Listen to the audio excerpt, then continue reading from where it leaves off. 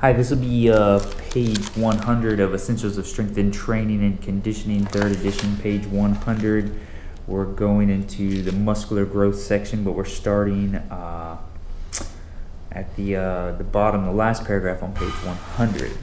Another mechanism of increasing muscle size that has been debated by exercise scientists for years is hyperplasia. Hyperplasia results in an increase in the number of muscle fibers via longitudinal fiber splitting as a response to high-intensity resistance training. Hyperplasia has been shown to occur in animals, but the findings are controversial in human studies. Some reject the idea of hyperplasia in humans, and other studies provide some support. Some cross-sectional studies comparing resistance-trained athletes to untrained individuals showed a greater number of fibers in the trained population. However, it is difficult to determine if this was due to genetics or hyperplasia. A longitudinal study from McCall and colleagues showed indirect evidence for hyperplasia. A subpopulation of subjects exhibited greater fiber number, although there was no change when all subjects were analyzed, in the bicep brachii muscle following high-intensity resistance training. While hyperplasia cannot be completely ruled out, it does not appear to be a major strategy for muscle tissue adaptation to resistance training, and if it occurs at all, involves only a small amount of stimulated tissue, maybe less than 10%. If the conditions are optimal, one may hypothesize that if hyperplasia occurs, it may be in response to muscle fibers reaching a theoretical upper limit in size, which may occur in athletes using anabolic steroids and other growth agents or undergoing long-term training that produces large to extreme levels of hypertrophy. So, hyperplasia results in an increase in the number of muscle fibers via longitudinal fiber splitting as a response to high-intensity resistance training. That's cool. All right, fiber size changes on page 101. The muscle fiber type is important in any discussion of the magnitude of muscle hypertrophy during anaerobic training. Muscle fibers, especially the high threshold motor units governed by the size principle, must be activated in order to stimulate hypertrophy. During resistance training, both type 1 and type 2 muscle fibers are recruited and are therefore present within a potent stimulus for adaptation. Resistance training typically results in increases in both type 1 and type 2 muscle fiber area. This fiber hypertrophy translates into increases in the cross-sectional area of the intact muscle after several months of training. However, muscle fiber hypertrophy does not occur uniformly between the two major fiber types. It has been shown that type 2 muscle fibers manifest greater increases in size than type 1 fibers. In fact, it has been argued that the ultimate potential for hypertrophy may reside in the relative proportion of type 2 fibers within a given athlete's muscles. That is, athletes who genetically possess a relatively large proportion of fast-twitch fibers may have a greater potential for increasing muscle mass with resistance training than individuals possessing predominantly slow-twitch fibers. All right, fiber type transitions. The pattern of neural stimulation dictates the extent of fiber type adaptations to anaerobic training. Muscle fibers represent a continuum from the most oxidative to the least oxidative type, and the description of muscle fiber types in chapter 1. All right. The continuum is as follows. We got 1, then we go into 1C, then you go into 2C, then you go into 2AC, then you go into 2A, and then 2AX, and then 2X, with a concomitant myosin heavy chains expression. Myosin heavy chains expression 1, and then 2A, and then 2X. All of the proportion of type 1 and type 2 muscle fibers are genetically determined. Changes within each subtype can occur with high anaerobic training.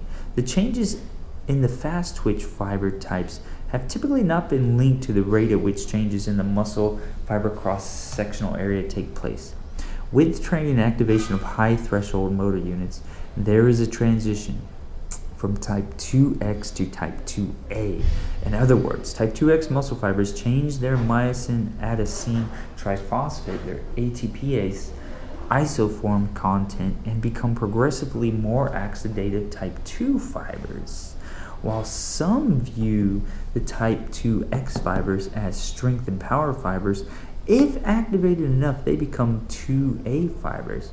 Although still powerful, they become more oxidative and fatigue resistant with training. In fact, research has shown nearly full transitions from type 2X to type 2 fiber profiles following the combination of high intensity resistance and aerobic endurance training. Sometimes not something that you want is to go from type 2X or type 2A, depending on what type of athlete you are. Type 2X, usually you will produce more power, more strength overall, and power, the speed component of that, the velocity component. All right, we'll see what it says. It appears that type 2X fibers are reservoir fibers that, upon consistent activation, change into a more oxidative form along the continuum, i.e. to an intermittent fiber type 2AX to 2A. It has become apparent that changes in the muscle fiber type continuum and associated myosin heavy chains occur early in a resistance training program. Starren and colleagues examined the effects of high-intensity resistance training protocol, multiple sets of the squat, leg press, and knee extension exercises using 6 to 12 rep max loads and 2-minute rest periods, performed by men and women 2 times per week for 8 weeks. They reported a significant decrease in the type 2X percentage in women after just 2 weeks of training, 4 workouts, and in the men after 4 weeks of training, 8 workouts. Over the 8-week training program, type 2X fiber types decreased to about 70% of the total muscle fibers in both men and women. Analysis of the myosin heavy chain shown that in this early phase of training, 2X myosin heavy chains were replaced with 2A myosin heavy chains. In addition, this study demonstrated that changes in hormonal factors, testosterone and cortisol interactions, correlated with changes in muscle fiber type. Interestingly, detraining has the opposite effect, resulting in an increase in type 2X fibers and a reduction in type 2A fibers, with a possible overshoot of type X fibers. Higher type 2X percentages than observed pre-training. While transformation within the muscle fiber subtypes appears typical, transformation from type 2 to type 2 or vice versa, type 1 to type 2 or vice versa appears less probable. Whether these transformations are possible remains doubtful at this point. As insufficient evidence is currently available, these possibilities need to be explored in future studies.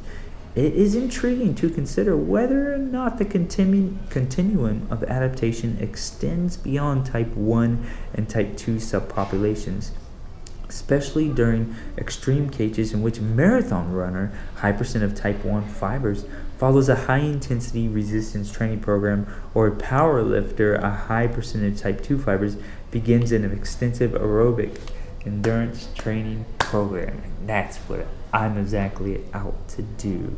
I am more of a 5K half marathon runner, but slowly have decreased to a 1 mile to a quarter mile runner. I still like the 1 mile to keep my cardiovascular good, my mitochondria good, and type 2 fibers good, and my heart really strong. But yes, but I want speed, more speed. So we're gonna see if we can make that shift a little bit. All right, that's it. That's in on page 102. 102. That was the section on fiber type transitions. All right, see ya.